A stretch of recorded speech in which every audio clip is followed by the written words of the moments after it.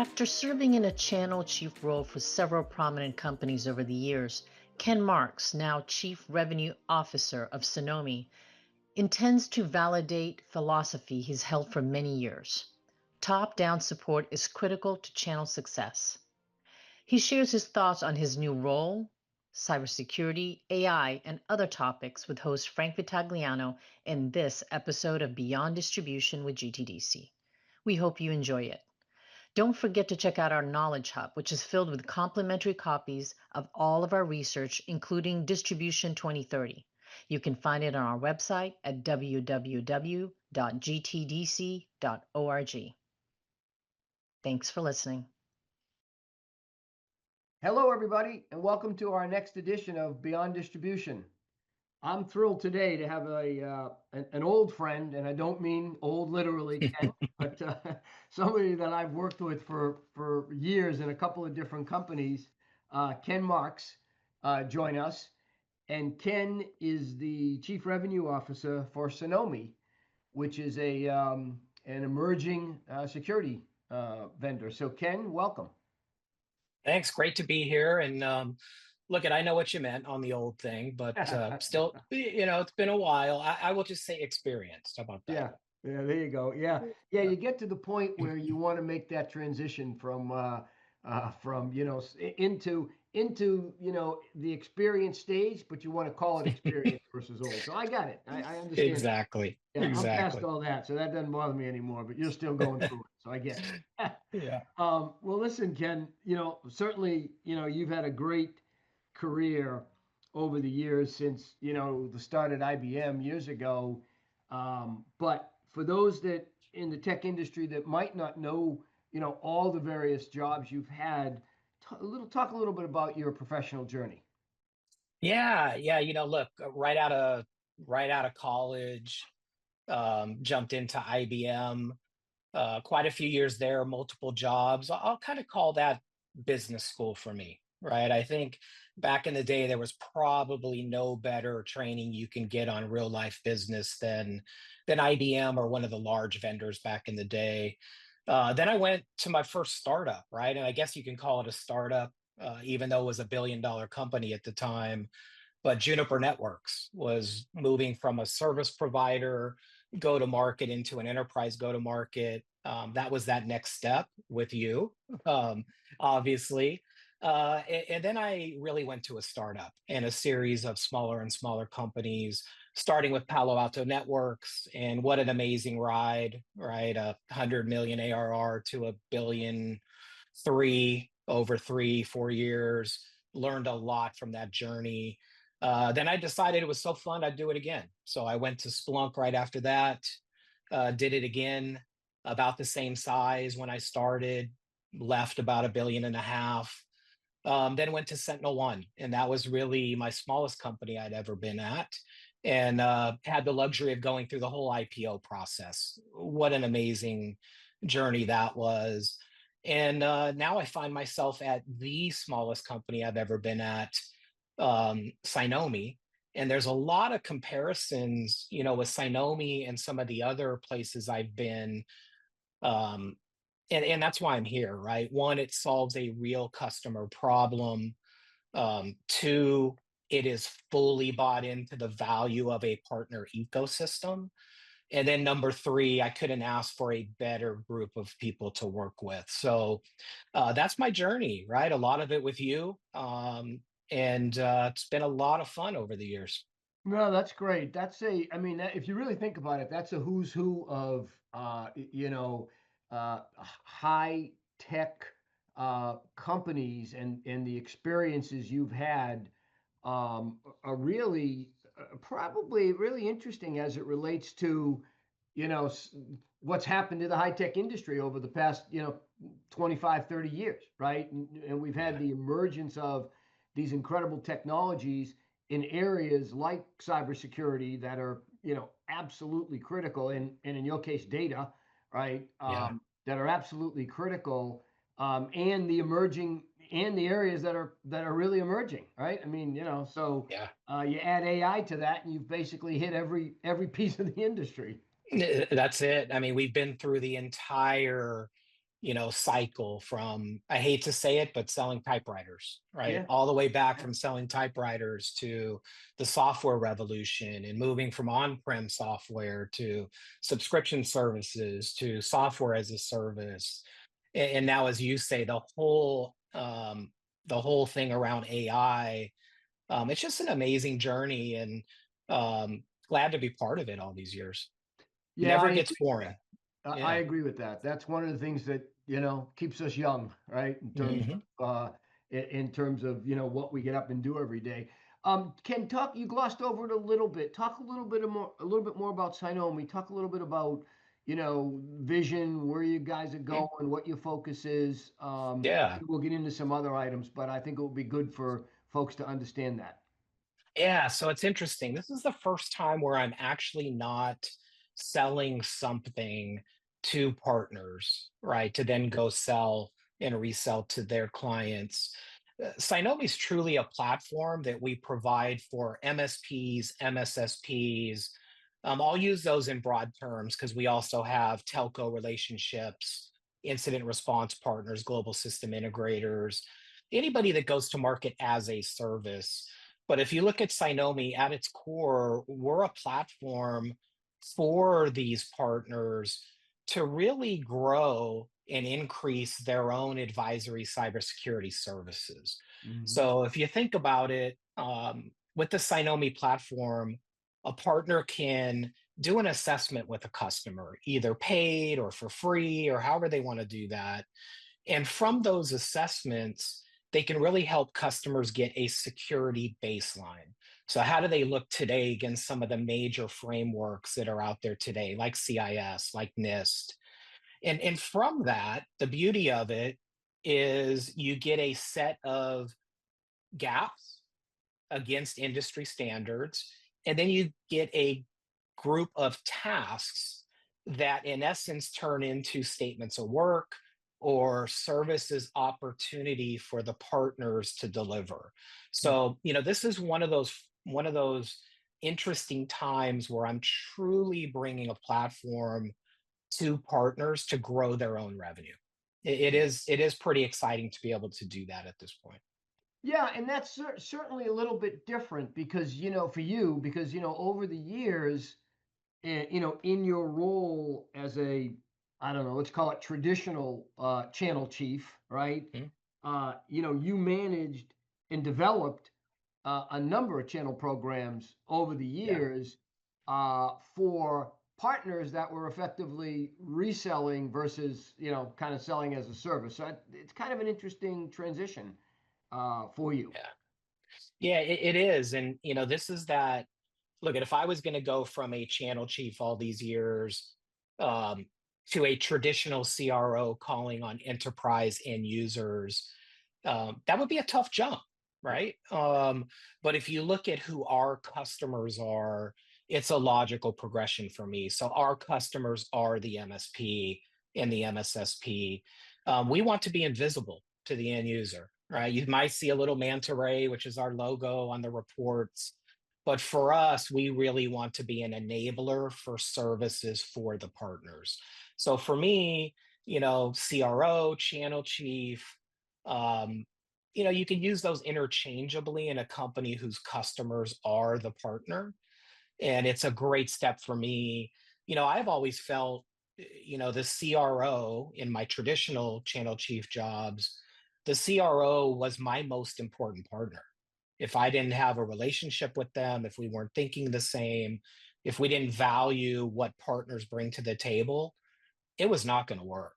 Yeah. And the good news here is, coming from my background and the go to market strategy we have, I am, and I feel like I'm a true teammate and partner with my channel chiefs across the globe. Yeah. So Yeah. fits No, perfect.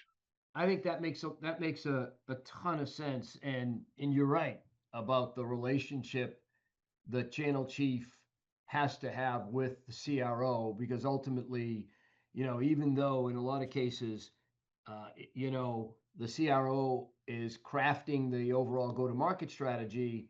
In many cases, they may not be as familiar with the channel, they may not understand the channel, and frankly, in some cases, may not value the channel That's right. And I can tell you for sure from a distribution standpoint, I see that, right, occasionally. Hmm. And Yeah. so going back to the new role, because it is a transition for sure. Mhm. You nicely described how though it isn't a massive transition, but Mhm. still it is a change. What two questions as it relates to that? One is what excites you most about it, and Yeah. two, what do you view as the biggest challenges? Yeah. Yeah. So I'll start with look at the end of the day, the most exciting thing is I get to put my money where my mouth is, so to speak. Hmm. So for years and years, I've been educating CROs on the value of the partner ecosystem and how you can leverage an extended sales force and get access to clients you can never reach, all the things we know. But now I truly get to live or die by that as an example. As I mentioned, we only work with partners.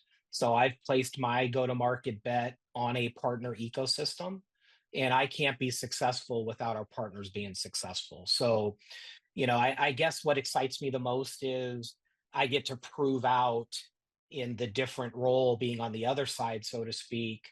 I get to prove out what I've been preaching for many, many years. So Yeah.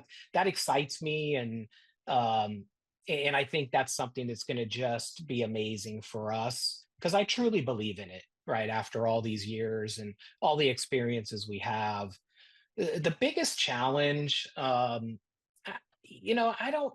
It's not the biggest difference. It's not that much different than what we've done in the past. I mean, my biggest challenge here is really taking this early mover advantage that Cynomi has today of being this platform to grow services and get it embedded in the MSP and MSSP's tech stacks because we want them to offer it to all their clients Mm. because we think it adds value and can be a huge services revenue generator for them. But to show them the value, reach them, have the conversation with the right people, get them to prioritize it so it becomes embedded in the day-to-day stack that they're offering their clients. That's probably the biggest challenge. Not because the value proposition is not strong, but because there's so many of them. Yeah. So prioritization becomes key, distribution becomes key. And that'll be, we'll talk about that later, I'm sure, but that is a major part of my three routes to market as we segmented the MSP and MSSP space. So, what keeps me up at night is can we take advantage of what we have right now? Because advantages in the market don't last forever. Yeah. No, I totally agree, and I think I think those are some really good points and really well said. Let's before we go to your sort of overall go-to-market strategy and how distribution fits into that, because Yeah. obviously that's an important topic, but and one that I know you're passionate about. Let's just talk about just sort of the cybersecurity and the importance of that as it relates to what companies are doing nowadays, and also how you see AI fitting into all of that. And Yeah. what are you doing there? Are you guys utilizing AI in any way, and are you Hmm. seeing that play itself out? I think those are really Yeah. important topics right now that we're all watching very carefully. Yeah. Yeah. I'll start with the first one. Look, I mentioned it earlier. I've sold a lot of security products to customers, to partners, through partners. But what I found, especially in the SMB space, is you can buy a lot of security products. But if you don't have an operational plan on how you're going to roll it out, how you're going to operationalize it in all your business processes, how are you going to continually monitor it, you're not going to be secure. Mm. And when I look at, kind of Cynomi and what I'm seeing in the security space in general and why there was such a good fit is I think more and more clients are trying to make sure they have a security program. Meaning, how are you going to take everything you've bought? How are you going to make it talk to each other? How are you going to manage it? Are you going to outsource it to an MSP? Are you going to do it in house? Are you going to do it co managed?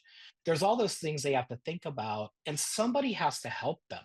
Right. And the perfect perfect group to help them are the partners. Mm. So I'm really seeing this change from defense in depth. Let me just buy the next security tool and put it in my environment to let me rationalize what I have today and really put together a plan on how I'm going to operate it and keep it up to date, keep it effective.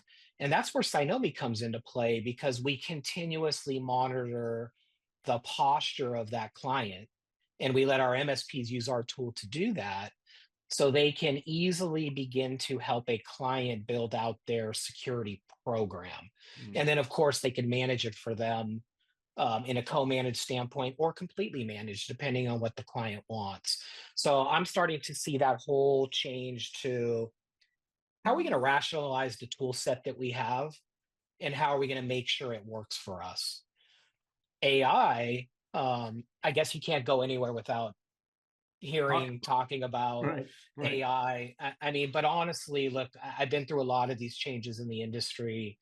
I don't think I've seen one this focused on moving this quickly ever in my lifetime. Yeah. Right. AI is here. It's going to continue to be embedded in everything we do. Um, and interestingly enough, just like other cybersecurity companies will tell you, we too used AI, ML from the beginning of Cynomi, and we used it more on the back end in the beginning. So if you think about that, I mentioned briefly, we take assessments and then we compare them against security frameworks or industry regulations like HIPAA or PCI or DORA, whatever it is. We use AI to do that. So you Mm. take an assessment, you go into the frameworks, and you look at all the requirements of those frameworks, and they're not easy to follow. You've got to be an expert at it.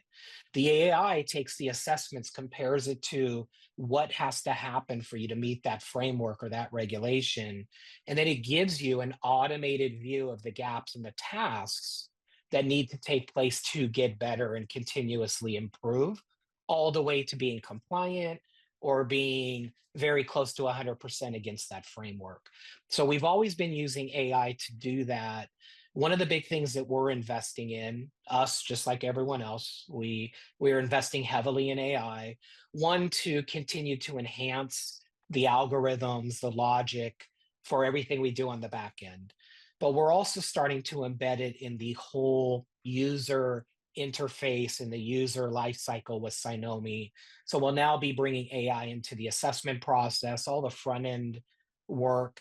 We'll also be using it for the way that they use the tool, be it ask it questions, provide the answers in local language, lots of different things we're exploring. But I think at the end of the day, we'll continue to enhance the AI that we've been using on the back end. And now we'll start to leverage it in the front end for a lot of the automation tasks that AI can do for you. So Yeah. probably no different than you hear from a lot of folks, right? But No, I excited think about that's it. yeah, that's fascinating, and I think it's brilliant because I think you're utilizing it in the areas that um, it can be most effectively utilized at this point, right? Yeah. And those are tasks that really lend itself to that. You know, the other thing that I would comment on, Ken, based on what you said, relative to the role that's changing in terms of how people are looking at security is that's one of the reasons why, regardless of what you hear on various, topics of the economy and where it's going and what's happening, every time I talk to a solution provider, particularly an MSP or an MSSP, um, they are very bullish about what's going on. And you've just explained why they are, because what's Yeah. happening is the marketplace is realizing how important their role is, Yeah. and you can't survive in this business, in this market, particularly in the mid market and below, without the expertise that they provide. You just can't. No, there's no way. And look, companies have tried it. I've been at companies that thought they were going to try it. Yep. You just can't, right? And I think you take AI on the other side, the darker side of security. The adversaries are using it, Yep. right? The adversaries are going to embed it in their attack methods.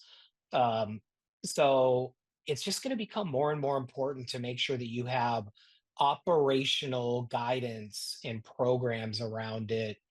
That's just going to become more important. I don't see it going away at all.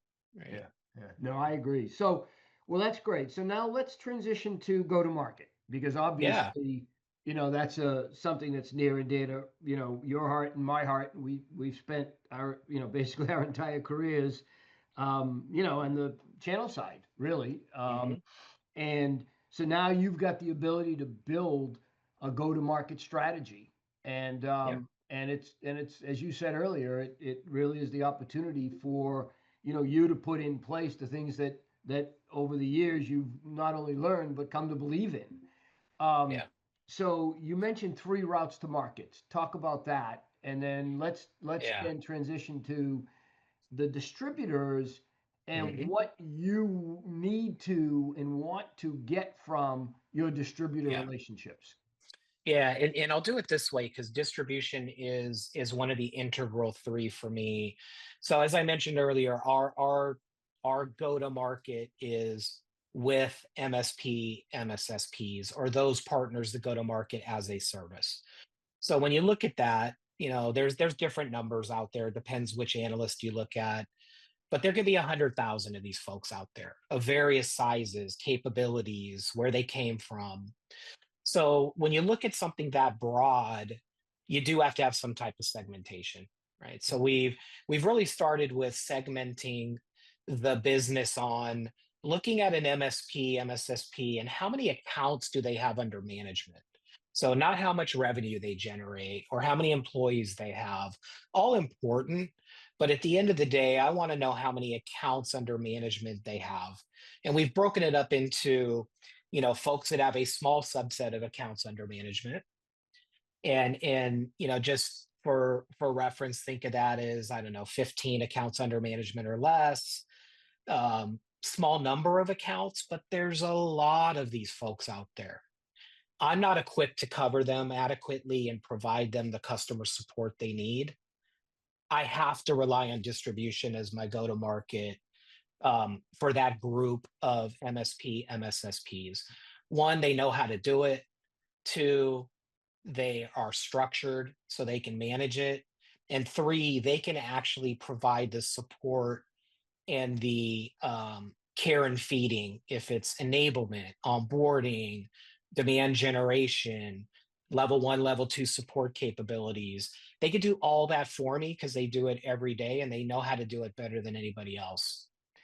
That is a realm completely for my distribution partners. If you look at our new logo engine, that's kind of the part that's in the middle, right? And that spans, outside of that low end that I mentioned, all the way up to some pretty sizable MSPs. I cover them with, as you and I are used to, commercial account managers, channel account managers.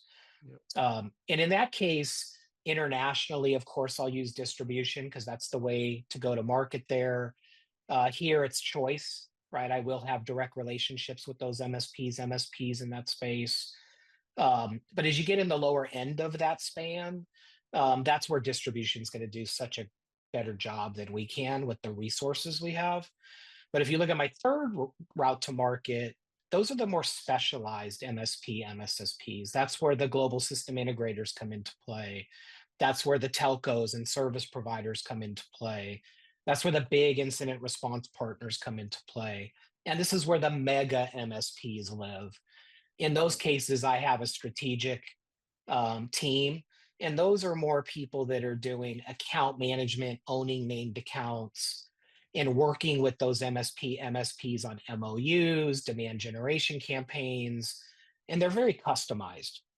So with that group, we, by the way, still partners, of course, but for those largest partners, that's where we have coverage that is back to the named account model that you and I kind of grew up with. So if you look at the way we've segmented the MSP, MSSP space, we really have three different, I call them routes to market, but you could also think about them as coverage models and support Mhm. models.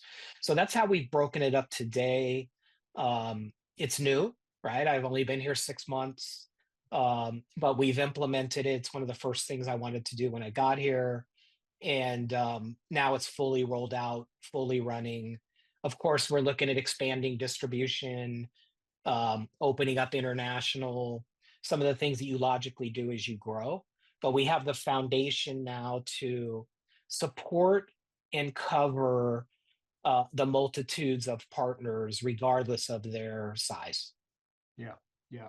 Well, that's Yeah. good, and that makes a lot of sense. I mean, one of the things, as you were going through it, kind of, I thought about, the one of the things that we used to really focus on, and I used to call it the three E's, which were engage a partner, educate a partner, and enable a partner, right? And Hmm. essentially, that's what you're talking about, right? You're talking about Yeah. doing that, but you're talking about doing that with assistance in the case of certainly, well, all three, but certainly in the category, the first and the second category, really relying on distributors to help you do that, right? Yeah. Yeah, for sure. And as so many things change, a lot of things stay the same. So working with partners, it's all about engaging them, getting trust. Of course, how do you have a value proposition for them? And then finally at the end of the day is how do you enable them? And one of the biggest things in my to-do list for the rest of this year is really focusing in on enablement. And that's going to be a big thing for us through, you know, accreditation courses, through webinars, through quick hit videos that they can take advantage of, all the things that we need to do to help them take advantage of the platform and really sell their services to more and more clients. Yeah. Are there any best practices out there, Ken? Maybe not, with specific uh, distributors, but more just generically that are happening now that you're seeing? Because, like for example, I know there's some distributors that are running AI playbooks that I think are fairly significant. Are there any best practices that you're seeing as it Yeah. relates to the enablement piece? Yeah, and distribution, and even outside of distribution, there are some best practices that I've seen that I'm trying to use here. First and foremost, you need to identify your ICP. So who are your ideal customers? What's the ideal customer profile? And for us, those are MSPs, MSSPs we're looking at. So you truly have to understand that first, right? Who are you targeting out of that multitude of opportunity with so many MSPs? And then how do you fit? So how does your platform provide value to that ICP that they can then take to their clients? So best practices are really starting from that beginning and then building it through all the way to who's your ICP, what problems you're solving, how do you solve that? How can you help your MSP, MSSP solve that problem? And how do you enable them? And there's some good programs that some of our friends in the industry have rolled out, and we're using some of those today Yeah, with them. yeah, Part of the RFP that we'll be doing shortly to expand our distribution capabilities will include a lot around how do they take partners through that journey, yep. through that learning journey with a new vendor. And I've seen some really good ones. And that would be an integral part of our decision making process. Yeah, that's good. In fact, one of the studies that we're right in the middle of doing, and we'll release it here in probably within the next month or so, is a study on emerging vendors utilizing distribution, Mm. and what are some of the things that emerging vendors should think about? What are some of the best practices? And what are some of the success stories that have happened through that? And Yeah, because it's a different, and this well because you've now run the gamut of legacy, technology companies like IBM, and you got to call Juniper now, legacy technology company, sure. Hmm. through startups, and how that whole process works in terms of engaging with your partner community and engaging with distribution. And there's a lot of nuances that are associated with that Yeah. people have to understand. Well, look, wrapping up here, Ken, we're kind of coming to the end, but one of the things I did want to ask you about, and you can comment to the extent that you're comfortable with it, is I know that Cynomi announced significant funding news in April. Yeah, Um, and I saw that there was another tranche being put in. What's your sense on, I'm sure you're right in the middle of how you plan to, utilize those and invest those in what you're sure. going to do. So talk a little bit about that as it relates to the overall strategy. Yeah, first, what an exciting time for Cynomi and the team that was here before me and built this company and built the foundation. Really exciting. And it's interesting. I always viewed investors as money, right? That's how we always used to view it. But it's amazing how much help and support we're getting from our investors, and that's Mm. across go to market, that's across marketing, that's operations. There's so much there from these investors because they've really helped a lot of companies like ourselves go through that journey. So Sure. it's amazing to have that opportunity, and we're super thankful for that. A couple areas where I know we're really zeroing in on leveraging the investment, it's really to put fuel on the fire, right? Mhm. And we're doing it in a couple ways, right? Brand awareness, of course. We are a challenger brand. If you ask 10 people who Cynomi is, 9 won't know, right? Well, after Um, this podcast, maybe eh, maybe eh, seven will know. there you go. That's beautiful. We're also putting a lot into R&D in our product teams because we need to continue to add enhancements that our partners are asking for. We need to continue to invest in the AI expansion and what we're doing around AI that we talked about earlier. We are doing some focused expansion into rest of world. Mhm. That's where distribution is going to be very important to us as Yep. we open up a new market. In my world, more sales resources to support the partners as they build out their Cynomi practices, and then more marketing for air cover for our partner ecosystem. So lots of different areas to go spend money. Yeah. We'll do it wisely. We'll do it where we get the return on the investment, but at the end of the day, it's really to add fuel to the fire. No, I think it's great, and I think you've done a great job explaining Cynomi and what they do, and I have no doubt, based on having worked with you for a lot of years, that you're going to do a terrific job, and I think they're lucky to have you, and I wish you the best. Appreciate it. Always good to talk to you.